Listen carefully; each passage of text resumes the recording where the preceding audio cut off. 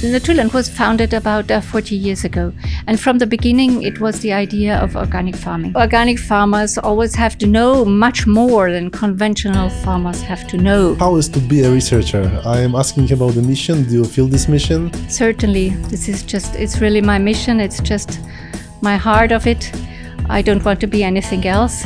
Actually, to work in research and in teaching. And the best is actually to combine that, both organic farming, organic agriculture is just something that is very important just for the future of all of us, for all mankind, to have just a chance of a long-lasting survival.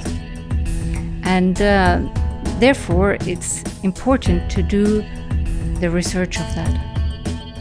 Welcome to our Carbon Farming Odyssey, a journey across uncharted territories where soil is not just earth, but a living asset. Together, we set sail across the vast ocean of sustainable agriculture, mapping new value chains and covering hidden opportunities, cooperating and cultivating the future of farming. In today's episode, we welcome Bettina Fähnrich, researcher, a true explorer of the agricultural frontier, experienced especially in supporting organic farmers. Bettina, it's great to have you here today. Thank you very much. Firstly, I would like to have some information from you about your business involvement, what you do every day, and what are your main focus in business life. Well, I belong to the Association of Naturland. This is an association of organic farming. It's an internationally working association, so we have about 120,000 member farms and belong to us internationally. In Germany, where is, let's say, the roots and the starting of this association, we have about 5,000 farmers that belong to us.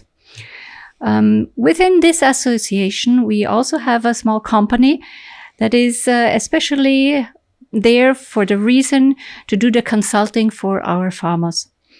And within this consulting company, we also have a group of researchers, and I belong to that group of researchers, and we do the background research, up-to-date research that is important for our farmers, so also practical applied research. We give the information, the output of our projects that we work on to the consultants, and they forward it then to our farmers to give them the best information. Mm-hmm. Beside that, I'm also a lecturer at the university, and I teach and I lecture crop production for students. Yes, this is my profession. How is to be a researcher? I am asking about the mission. Do you feel this mission? And do you like being a researcher? And based on your also experience and what you achieve in many of the projects, initiatives, can you say that you like it and you feel this mission to be a researcher? Certainly. It's really my mission. It's just my heart of it. I don't want to be anything else. Actually, to work in research and in teaching. And the best is actually to combine that both, because I always try to combine. I include my students into the projects and supervise thesis, and then they have a really valuable work they can do and contribute to up-to-date research that is important for nowadays. And on the other way around, I have the results of my projects and include that in my lectures and forward this information then to the students. So it's a win-win situation. I love it. Yeah. Perfect. Through Naturland, which I had the opportunity to visit in January in the project meeting, it was really a very inspirative journey and the meeting, because in the farm I could see many of the solutions which are connected. I'm talking about the organic production, but also the bioenergy production, and also some cooperation with many of the partners. I would like to ask you, what are the dominant crop production in the Naturland, the farmers who the Naturland support, and also if all of the members are organic farmers, and also I would like to ask you if there is a animal production as well, and just about questions about numbers and some dominant branches. I don't know if I can give you now concrete numbers. Some scope, yeah. Some scope. Yes, but well, it is like that. All of our members are organic farmers. So it's an association really for organic farming. It's a very broad scope what we provide for our farmers. From my side, I'm working with crop production, because that's where I come from. But there are also people working on animal production, animal husbandry, certainly also horticulture. And we also have consultants that give advice for the farmers how to market their products and where to get the seeds from, for example. So it's a really all-in institution helping everything for organic farming to work. Perfect. Yeah, one of the pioneers in Europe of organic farming, and we are also supporting other countries by visiting or cooperation within the projects. So I would like to ask you if there was always like that in Naturland, or there was some moment when the organization switched from the conventional farming to organic farming. Was it like a very far away? Maybe some just brief information from the history. Naturland was founded about 40 years ago. And from the beginning, it was the idea of organic farming. Okay. Of course, they're also involved in politics and how to gain members and to provide the information and the attitude of organic farming, of course. I'm not so involved in that. Okay. But they were from the beginning organic farming and up to now, and there's nothing else, of course. Mm-hmm. Yes. Maybe just from the research point of view, in few words, why do you think that the organic farming is a kind of a good solution for farmers? We know that not everywhere you can produce organically. Maybe this is also the opinion, but if you can say that why the organic farming is a kind of a better or more prospective solution to comparing to the conventional farming, why do you support this kind of concept? I think that organic farmers always have to know much more than conventional farmers have to know about all the ecology, what is going on, really taking into account everything that is going on in soil, for example. And so it's just an attitude of taking into account everything that is going on. It's better attitude to do that instead of going straight forward and not looking right or left. So you don't know what else is happening. And we see that we have a lot of environmental concerns of conventional farmers and conventional farming. So we try to avoid that, of course, in organic agriculture. I think taking care of the resources, it have a much huge impact in the organic farming, because you take care more about what you have. Yeah, the resources and the future. The future, exactly. And yes, we just don't think only about us and our generation, but we just start to think what comes after us and how can we maintain a good life. Definitely. This is our role and this is our obligation, I think. Yeah. So coming to the carbon farming, I would like to ask you what first sparked your interest on that concept, and why do you think that this concept can be helpful for farmers, and also not only for the farmers, but also for our planet or adaptation to climate change? Well, you see, in the context of organic farming, carbon farming is just a part of it. It's an internal part of it.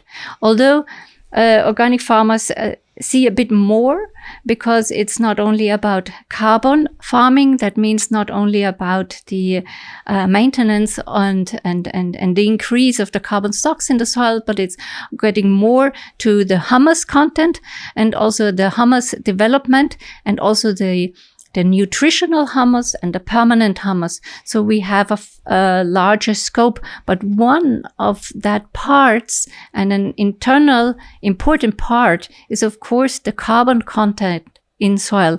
And so it's clear what sparked my interest of carbon farming. It's just an important intrinsic part of organic farming. When we talk a lot about the climate impact and how we can mitigate and how we can go with the sequestration, you think also when you talk about the soil health or some financial incentives from all of this, or maybe you can also add some of the component, you can say that this concept can be helpful, and which of them are really important and really can be helpful describing these elements, these aspects. You mean for the farmers now, from the point of view of the farmers? Yeah, for the point of view of farmers. Yeah. I guess for the farmers, the first important thing is, of course, the soil health, because they depend on the soil and what they grow on the soil, at least in agronomy. So also the yield depends on the soil health, etc. So it's really important to have a healthy soil, and for that reason, this is has the primary aspect. Yeah, but on the second hand, the financial return, of course, is for a farmer really important. Up to now, there in Germany not really reliable financial incentives combined with carbon farming. Also, the word carbon farming is not really known from everybody what it really means. So this is a bit unclear situation, let's say. But of course, the financial return is for the farmer an important aspect.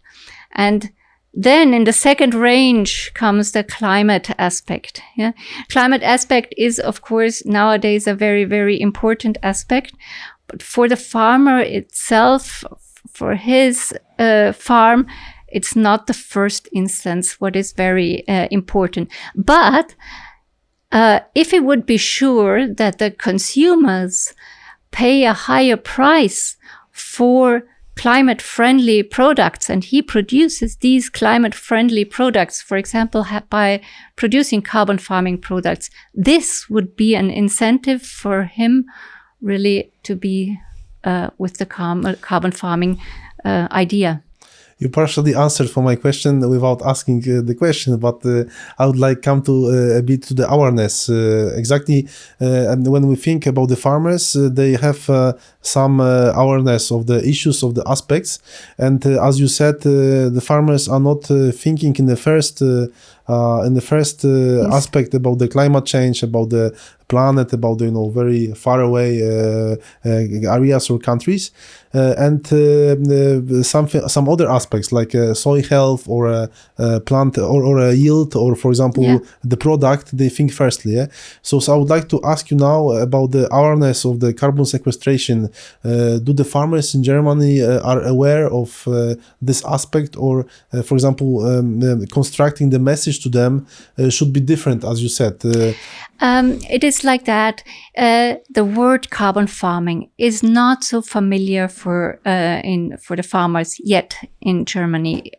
Some of them know what is carbon farming as such, and some don't. It is rather linked in public. It's rather linked to carbon certificates or carbon credits, and it's not really the same as carbon farming. And this difference is not really known yet. Of course, we provide workshops, field days, information for the farmers, so they know about that, and they also know about the climate aspect and the importance of it. But still, carbon sequestration as a part of humus development is very familiar to all of the farmers. Certainly. Yeah. Okay, so now coming also to some description of the public and the political narrative about the climate and agriculture in Germany. Can you say a few words about that? What is currently discussed beside some geopolitical tensions which are very now in the front of us? Yeah. Politics is not really my thing, but I can say that there are some agri-environmental subsidies, let's say, and information from the politics, from the government coming to the farmers, so they can get some subsidies for some methods, and you can also put these methods into carbon farming concept. But it's not mentioned, it's not called carbon farming concept. But they can get some subsidies, for example, for agroforestry, and they can get some subsidies for conducting an diversified crop rotation or using cover crops and so on. So all of these methods also belong to carbon farming, although it is not called carbon farming like that. So this is the point at the moment. Yeah. We both know that, as you already said, the practices can support the carbon stock content, and also they can support the soil quality. So now I would like to ask you what specific carbon farming techniques are currently used by the farmers which you support. So if you can share with us which practices are important for them and why, and what are their opinion of these practices?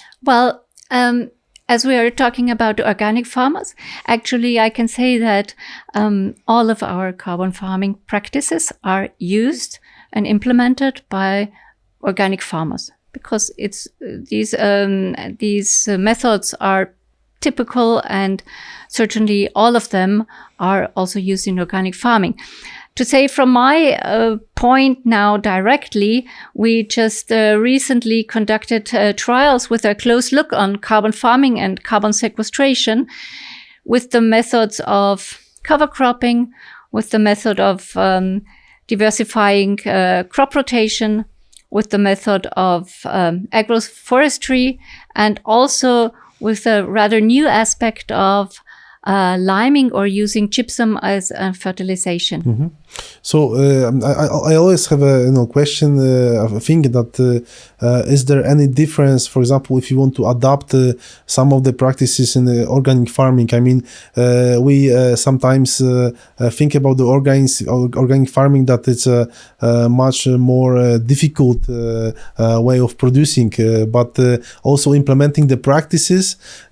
Are there any, some additional challenges or limitations if we would like to test or introduce the practices which we know from the carbon farming project? Certainly there are some challenges. If we start with carbon farming practices, so there might be, for example, technical challenges, because you might need a special equipment if you introduce a certain new crop in your crop rotation. Also that you have underutilized crops probably. So on the one hand, you are not sure about the market, how to sell them. And this is a financial aspect, a financial challenge, and maybe risk. And on the other hand, you might have technical problems for especially harvesting, especially sowing, for example, all of them. Yes. And from our side, also from Naturland consulting company, we of course give the advice how to do it. Bettina, maybe you have some knowledge about how the farmers in Naturland, farmers who do cooperate with, how they cooperate together. I mean, I'm asking now about if they, for example, exchange some of the machines, or they somehow, try to adapt, or it's not very popular. I'm just thinking about the technical aspects of implementing of the practices, if there is sometimes, cooperation or supporting each other. There are some cooperations, yes, certainly. but this is not only a cooperation within Naturland farmers, but it's outside of that. You also have some cooperations to exchange your devices and your machinery. Of course, there are, but also within Naturland, as far as I know, there are always some meetings, especially with their consultants, and they exchange the experiences and just find out what is important for them. And then we also make some big meetings, let's say, or workshops twice a year, I think, where a lot of farmers come, and we also take such new aspects that they wished that we talk about. Then we consider that, and we invite some experts, and we discuss it, and then we come forward all together. Great approach to have this kind of support. I think if in every region would like to have this support that which comes from the cooperation, and also making some screening and scenarios and some long-term strategy. So it's great. Certainly, and we also always ask the farmers then in a feedback round what are the most important points they want to talk about, or they want to have more information about, and so this is the next aspect of our next large meeting then. I know that you have been involved in implementing some trials, experiments, but also the practices which we have some data within the years. And I would like to ask you if you maybe observed any measurable changes in soil organic matter, but not only this, but also yield stability, or maybe biodiversity increase. So if you can share with us from your research point of view, if there are some, changes. Yes, certainly. At the moment, we were focusing on soil organic carbon. So we didn't focus at the moment on biodiversity, which is a very nice aspect, but you always have to think in long terms. In long terms, that's something that you see a difference with carbon farming methods. Where you look at, you have to think in long terms. And this is the challenge that we have here. The idea of climate change or mitigating climate crisis via agricultural methods is not so old, let's say. It's a rather young idea. And climate crisis, climate mitigation might run faster than we have really reliable results from our side. But we have a site, we know the data of about 40 years, and we can see that just by conducting agriculture without any carbon farming methods, then we will have a slight decrease of soil organic carbon all the time.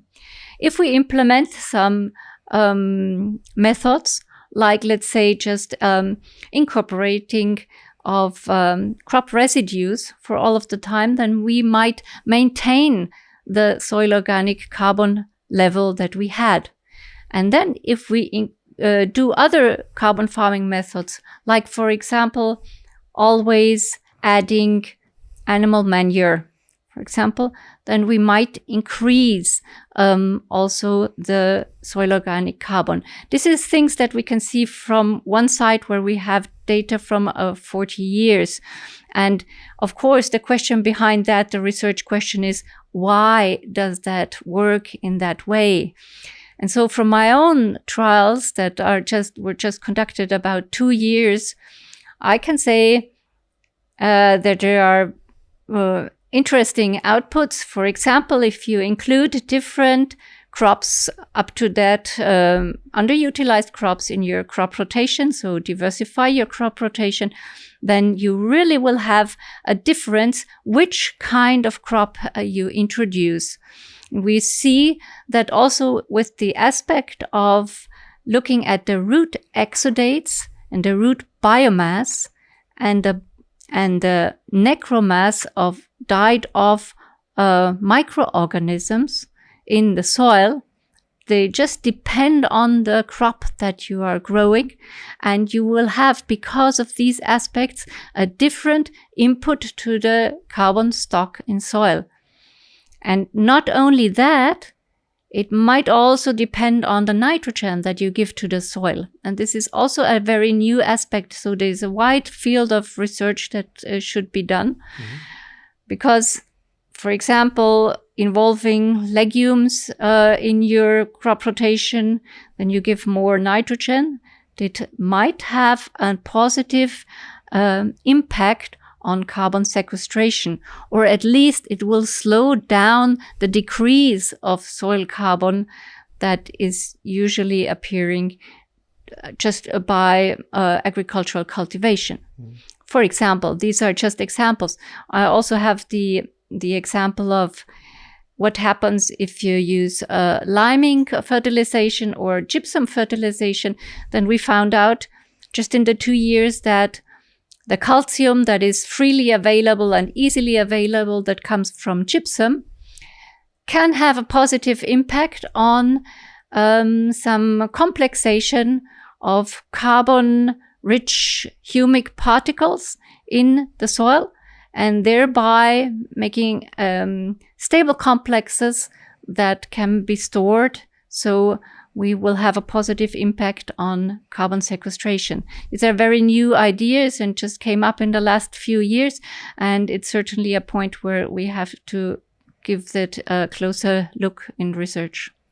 It is very interesting how it's complex and how many things are related. It's very complex. Sometimes we just think about the practice that it's just, the practice, and you have to implement some of the rules, and you don't look very deep. And from what you said now, there are many hypotheses, many research questions for sure, which can fixing them can help farmers also, and can support them in the mitigation of the consequences of the climate change, also adapting by each region in Europe.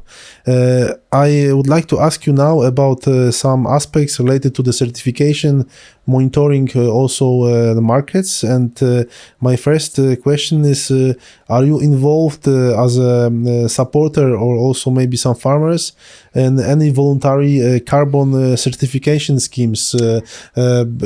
It can be, cooperating with some companies, but also we can talk about some eco schemes under the Common Agricultural Policy. I'm just thinking, about the long-term support, because some of the practices can be chosen by the farmers, but somehow at the beginning we should persuade them, or maybe this is my perspective. Yeah. Just let me say something. Sorry, I wanted to introduce. Sometimes it's difficult for me to shortly ask. Well, about these carbon credits. So the first question, we are currently not involved in any schemes, not in the voluntary carbon market. But I have to say that the inquiry coming from the farmers is there. So they would like to know more about that. They would like to know more what they can trust and what they should do. At the moment, we normally give advice for the farmers, but at the moment we don't dare to. We don't know enough by ourselves. The situation is rather unclear, not reliable. You don't know whom you can trust or not. In fact, I think it is a chance actually for farmers to increase their income if they can sell their carbon sequestration activities, just like they sell potatoes or any other goods they produce. But there has to be a real regulation in the background, and we do not have that yet. I'm not sure if the government is really working hard on it. I think they rely on what the information they get, but they also have a critical view on that, because carbon farming is linked to this carbon credit market, and it's not bound to clear regulations at the moment. And so this is an unclear situation. And in this unclear situation, we cannot give any recommendations yet. But I see if we could clear that situation, there could be a chance for farmers. It can be some kind of support of business model, but as you said, it's difficult to make a choice, or if we don't know what will be the consequence of this choice. Yeah? So it's also very difficult to advise farmers something Absolutely. which is not somehow regulated at now, and not we have many questions. Yes, and also government rather concentrates on methods of humus build-up, humus maintenance, and they support that also. This includes also carbon sequestration in a kind, but it's not called like that. So. Okay, Bettina, I would like to ask you now about the support going out from the certificates we should talk about, but support in a technical level, advisory or financial, which is available in Germany, either in the regional or a federal level by the government. So I'm asking about, some maybe programs or activities which are devoted for the carbon farming. Yes, I can tell you about that. In the government sees the word or the wording of carbon farming at the moment rather critical. So they focus rather on humus development, humus maintenance. And for that, there are some programs that farmers can conduct, and then they get some support, financial support. They just have to apply for it. They have to fill in some forms, and they, of course, have to fulfill the requirements. But actually, this is just also some methods that we could see as carbon farming methods. It's just like including some clover grass or diversifying the crop rotation with special crops, and doing some cover cropping, for example, or conducting agroforestry or things like that. And then they will get the support from the government. But so there are some methods, they belong actually to carbon farming, but they're not called like that. Okay, I think there is still a space for improvement, but I know also that it's great to have a cooperation with many groups of the stakeholders, and I would like to ask you now if in the Naturland, but also you personally as an expert, are you cooperate with some advisory services, universities, or some local authorities involving many of the type of the stakeholders in supporting farmers? Yes, we do, of course. We are an advice service by ourselves. So we give the advice to the farmers, and we work together with university and educational institutions. As I said before, I'm by myself lecture and do the supervising of students, but we also work with other professors and include them in the project, and also their students, of course, we do that. And we have also some local authorities and municipalities, representatives from municipalities that we always address if we're making some events, for example, and they should join us and they give us their feedback, and so we can try to work together and have a good, let's say, value chain. And especially in some cooperations, we especially address different stakeholders along the value chain. For example, also not only the farmers, but then the food processors, for example, or the food suppliers, canteens and caterings and so on, and students and consumers. So we have all of the whole value chain and try to fit it all together and get in contact with everybody there. Exactly. Coming to the social and cultural aspects, I would like to ask you how do consumers respond? Are they interested in the climate positive farming when they are buying the products? How is it? How this trend is currently in Germany? Yes, I can say something from that, because recently we just made an event, also including kinds of consumers, And I had a survey there and asked them whether they would pay more for carbon farming products, let's say, or climate-friendly products. And there was a majority willing to pay more. So this was a very good outcome. And I see that the consumers, they have a really high interest in that. And that's why I said at the beginning, when the farmers get to know that the consumers pay more for carbon farming products, this would be the link that the farmers get very interested in this climate aspect. Mm-hmm. Very, very interesting. Also asking about the communities, do you think that some of the people, some of the regions, or maybe some of the municipalities feel a stronger sense of the community around regenerative farming, around also the carbon farming? Do you think that building, some of connections between the local society communities, also maybe short value chains, is it a kind of like a hope and for the future? Well, I can't feel that, especially for carbon farming yet. But as you mentioned, there is for the term carbon farming yet, because as you mentioned, there's also the term regenerative agriculture, there's the term sustainable agriculture, and it all belongs somehow together, and also organic agriculture. And there's certainly a community building of thinking we belong together from organic farmers and people that believe in organic farming and the output and the products that are produced. It's certainly a community like that.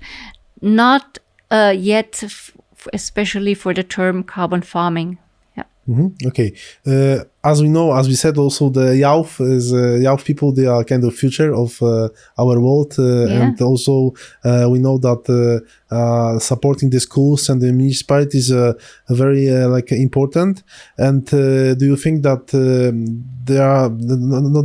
from your experience, do you know that somehow this kind of groups or places are supported in Germany in a way of sustainable agriculture? And I'm not asking about the carbon farming, because you said it's still a new concept, but maybe by the sustainable agriculture, so organic farming, you have some model protocol of cooperation between this kind of partners. I can say something starting from students. Mm-hmm.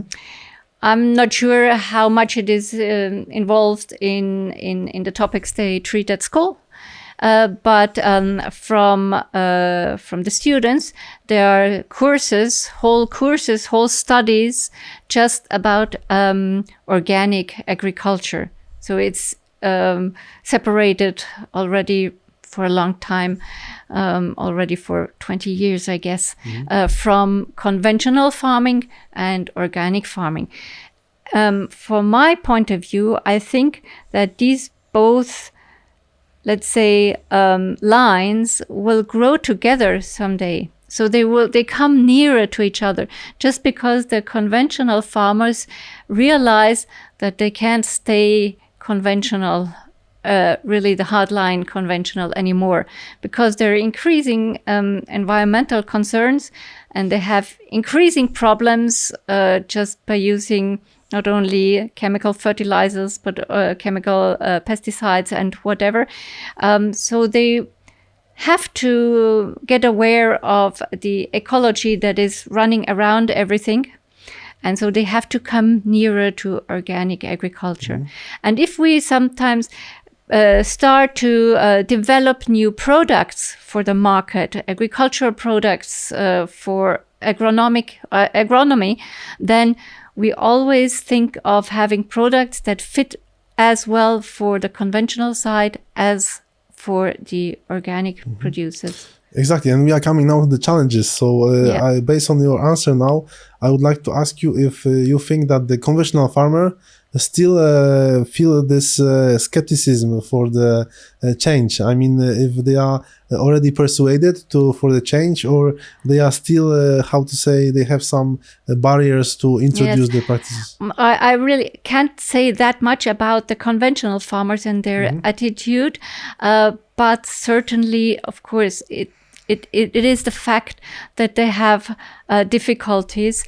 For example, just think of we don't have any marketing authorizations anymore for chemical pesticides and so on. There were big scandals and things happening because they're endangering honeybees or whatever. So they know that they have to look for something that works, that is efficient, but that is environmental friendly.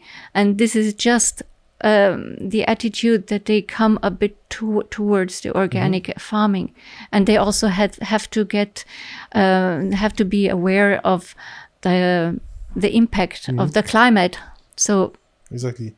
So coming back to the organic farmers and the challenges, from your experience, if you can share with us what kind of challenges they face introducing the practices, if there are more technical, financial or administration barriers. I know that we talk a bit about this, but just to sum up and based on your experience, what kind of messages they communicate to you? Well, they will certainly face some challenges to introduce new methods. They can be financial because they may have a risk of introducing a new underutilized crop. So you never know whether it can be marketed or not. So there's a risk, and they could face some technical challenges, just having to use some new equipment, for example, or adapting to some new methods. And administrative challenge, I don't think so much that this is a problem, but if, for example, they have to fill out some forms or apply for some subsidies or whatever. So that's also the task of our consultants, that they help the farmers with those administrative things and give advice how to do it the best. Perfect. It was very interesting to have this conversation, but coming a bit to the end, I would like to ask you about some questions related to the reflection and the future. So my first question is, if you can say that, are you optimistic about the role of the agriculture in solving the climate crisis? If there is a space for that, or some other sectors are much more important? So please share with me your thinking. Yes, I can. But this is a large question, actually. I see that a lot was promised, actually, and there was quite a hype of what agriculture could do for mitigating or solving the climate crisis. I'm not sure whether this really can be done in that way, because we see with our research that there are a lot of different factors that influence the carbon sequestration in soil that are apart from just applying one or the other carbon farming techniques. You just have to think of soil properties and soil type, or the environment of the temperature and the moisture or whatever, or agricultural cultivation as such. This would have more impact probably than conducting this or the other carbon farming practice. So we have to be a bit careful if we say agricultural or carbon farming is the solution for our climate crisis. From my personal point of view, I think we cannot rely only on that. But there is an impact. Just have to find out how much we can do. Great answer. So now that I would like to ask you about your advice. What advice would you give to the other farmers, especially those who are starting some kind of transitioning to the sustainable systems? And I am not asking only about Germany, but also other European, Eastern, Central countries where the agriculture sector is very important. And what is your message to the other farmers? How we can advise them why it is important for the transitioning? If they don't know if they should start with sustainable agriculture or regenerative agriculture, organic agriculture, no matter, or they have the idea to convert, but I'm not sure, I would tell them, don't worry, it works. Okay. And the last question is the question for you, which you would like to ask yourself. and the answer for that. So this is a message from you which we would like to share with our viewers, with our participants of this video podcast. So now there is a space that you can say, a few sentences or few words related to the carbon farming and express also maybe based on your research, maybe based on your, involvement in many projects, and sometimes probably you face some challenges. You are, I don't want to say that you are frustrated, but you would like to maybe achieve more and work with the different stakeholders and influence on them. So now there is a space that you can say a few sentences after my long introduction to the question. I'm not frustrated at all. No worries. Just what I think is important to say, just to work with carbon farming and at the same time with organic farming, organic agriculture, is just something that is very important just for the future of all of us, for all mankind, to have just a chance of a long-lasting survival. And therefore, it's important to do the research of that. Okay. Many thanks today. Our guest was a great speaker, Bettina Fähnrich, and I had the pleasure to talk with Bettina about the organic farming, but also other aspects which are related to the Naturland and Germany, and also our cooperation within the project. Thank you, Bettina. Thank you very much. You're welcome.